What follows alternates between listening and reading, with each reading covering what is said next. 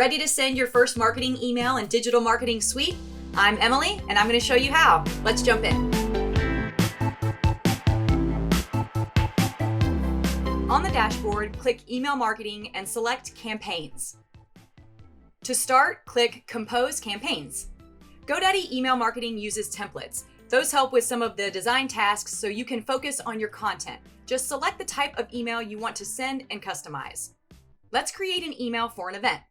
This is the Composer window. Start by naming your file so you can find it later for editing or tracking. If you have a logo, you can drag and drop here to upload, or click and navigate to upload from your computer. You can easily add images to your emails using the gallery on the left. If you want to upload photos, just click the plus sign. You can also access and choose from thousands of stock photos by selecting the globe icon. To add an image to the banner, just click on one and drag it into place. If you have a website, the banner image is automatically linked to it. No website, no problem. This field is editable, so just click it and link to your Facebook page or maybe a sign-up form. Now you're ready to customize the body of your email using modules. Modules contain placeholders where you can add the text, images, and buttons that make up your campaigns.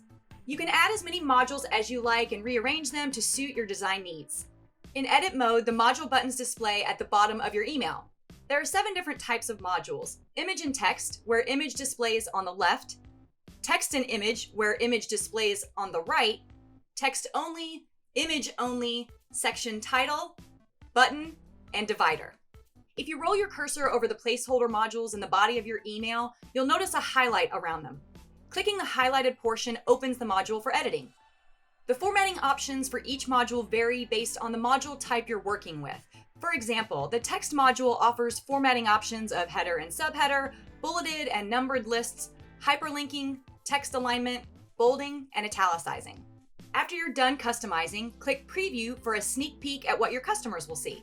Need to make more edits? Click Edit in the bottom left corner to return to the Composer. If you love it, great, but it's still always a good idea to first send yourself a test email. When you're ready to send your email to your customers, return to the Composer window and click Continue. The Recipients tab is where you specify who you're sending to. You can send your emails to individuals using email addresses, or you can select the checkbox to send to all of your subscribers. If you're still working on building your subscriber list, you can also choose to post your email campaign to your Facebook page. Next, select the Details tab to specify email settings and options. The From name is what your subscribers see in the sender field of their inbox. Be sure it's something user-friendly, like your business name, or maybe your first name and business name. The From email field displays your account email or the email from where you're sending. The subject line is what displays in your subscriber's inbox. This defaults to the file name, so be sure you change it.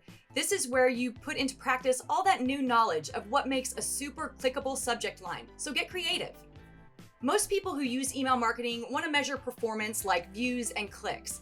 However, if you don't want to track these statistics for your email, you can select either or both the Disable Link Tracking and Disable View Tracking options to suppress reporting. Finally, select the checkboxes next to the social platforms for which you want to include sharing buttons at the top of your email. These buttons allow your readers to like, tweet, and pin your emails.